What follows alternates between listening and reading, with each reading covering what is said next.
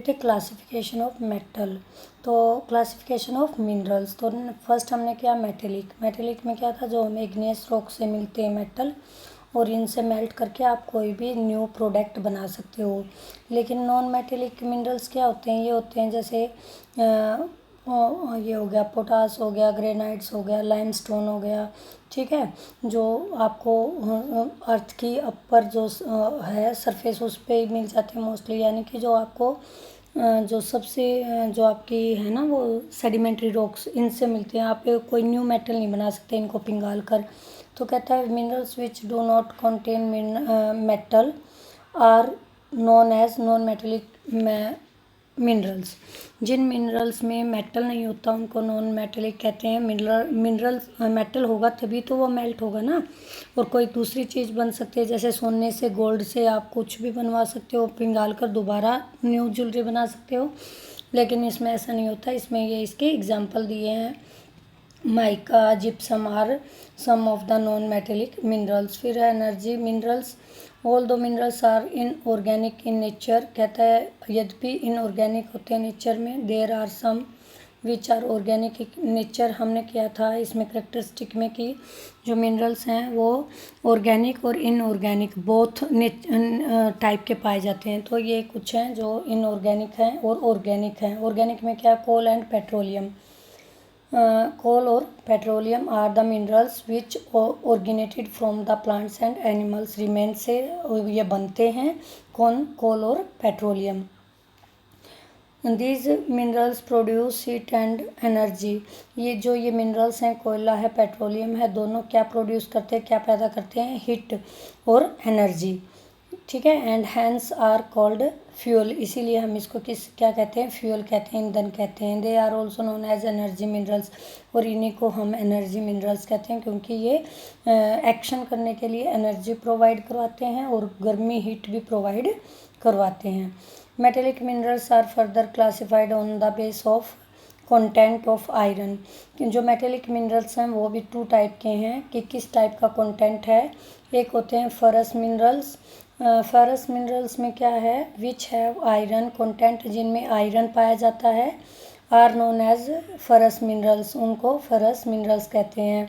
These are iron, ये इसमें फरस में कौन कौन है, यानी कि इसमें आयरन की जो आयरन मेटल है वो पाया जाता है, आयरन, कोबाल्ट, निकल और manganese etcetera. They are basically used in iron and steel industries में इनका यूज़ किया जाता है। किनका, जो फरस मिनरल्स हैं उनका। They are grace in colour, और ये ग्रे कलर के होते हैं कलर में। नॉन फरस मिनरल्स, जिनमें minerals which do not have iron content, जिनमें आयरन नहीं पाया जाता, are refer to as non ferrous minerals. इनको जिनमें आयरन की मात्रा नहीं पाई जाती, लोहा नहीं पाया जाता, उसको क्या कहते हैं, नॉन फरस मिनरल्स कहते हैं। For example copper, tin, bauxite.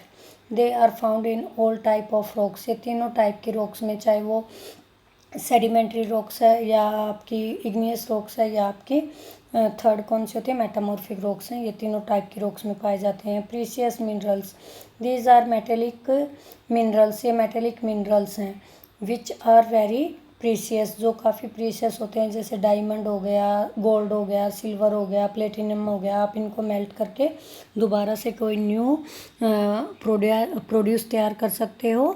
और ये आपको कहाँ से मिलेगी, ये मोस्टली आपको इग्नियस रॉक से मिलते हैं, गोल्ड, सिल्वर और प्लेटिनम। फिर होता है एक्सट्रैक्शन ऑफ मिनरल्स। एक्सट्रैक्शन होता है टेकिंग आउट, बाहर निकालना मिनरल्स को, क्योंकि मिनरल्स कहाँ होते हैं, रॉक्स में होते हैं।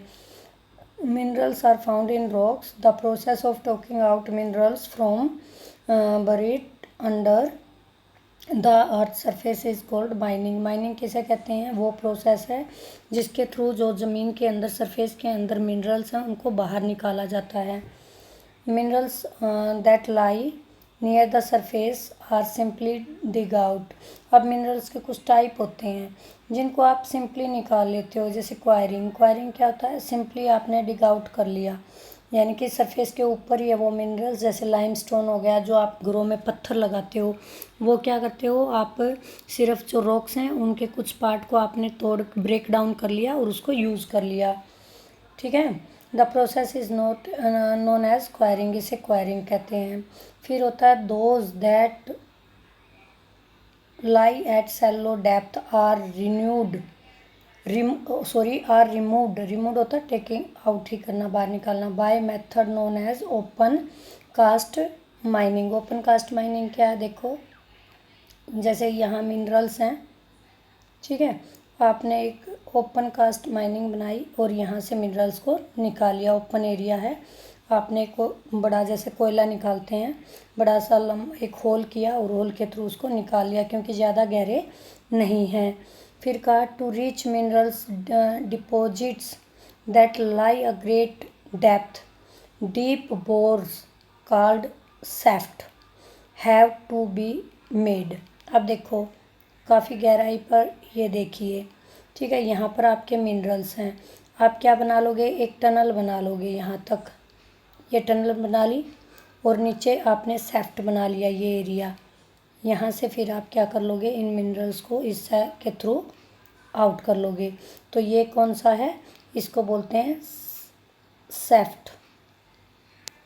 ओके, तो इस तरह आप गहरी जो डीप गहराई में है ज़मीन के काफ़ी उनको निकालते हो, ठीक है, इस प्रोसेस के थ्रू। अब इस प्रोसेस के थ्रू जो है ये कौन क्या निकालते हैं आप, डायमंड्स निकालोगे, ठीक है, और आयरन निकालते हो। इसी तरह आप कोई मैग्नीज जो भी हैं वो मेटल्स मोस्टली यहाँ से निकालोगे आप। फिर थर्ड है हमारी, फोर्थ है दिस इज़ कॉल्ड सेफ्ट माइनिंग, इसको क्या कहेंगे, सेफ्ट माइनिंग कहेंगे। टू एक्सर्ट एनर्जी फ्यूल, अब एनर्जी फ्यूल होते हैं जैसे पेट्रोल है, नेचुरल गैस है, जिनसे हमें एनर्जी मिलती है। Deep well are bored, bore mean होता है कुएं खोद देना, गहरा होल बना देना, जैसे आप एक डीप होल बना देते हो, गहरे कुएं बना देते हो, ठीक है, दिस इज़ कॉल्ड ड्रिलिंग, इसको कहते हैं आप ड्रिल करते हो, ड्रिल मशीन के थ्रू आपने ड्रिलिंग किया, काफ़ी गहरा कुआं आपने वो एक वेल वो एक बोर के टाइप में, जैसे बोर लगाते हैं ना घरों में, ट्यूबवेल लगाते हैं, ऐसे मशीन के थ्रू आपने ड्रिलिंग की, ड्रिलिंग के थ्रू नीचे बिल्कुल गहराई में गए और वहाँ से आपने पेट्रोलियम निकाल लिया या नेचुरल गैस को निकाला। तो इसको जब आप काफ़ी गहराई से जो मिनरल्स निकालते हो उसके लिए आप ड्रिलिंग का यूज़ करते हो, एक होल एक गहरा होल बना लेते हो, गहराई में जाता मशीन के थ्रू, ड्रिलिंग के थ्रू, और उससे आप उस रिसोर्स को, उस मिनरल्स को बाहर निकाल देते हो। तो ये थी एक्सट्रैक्शन की फॉर्म, मिनरल्स को कैसे, एक्सट्रैक्शन ऑफ मिनरल्स, मिनरल्स को कैसे बाहर निकालोगे आप। I hope you understand the topic. If you have any problem, you can discuss and please learn the question answer. I will send very short and 2 short question answer related to topic. Thanks. Have a nice day.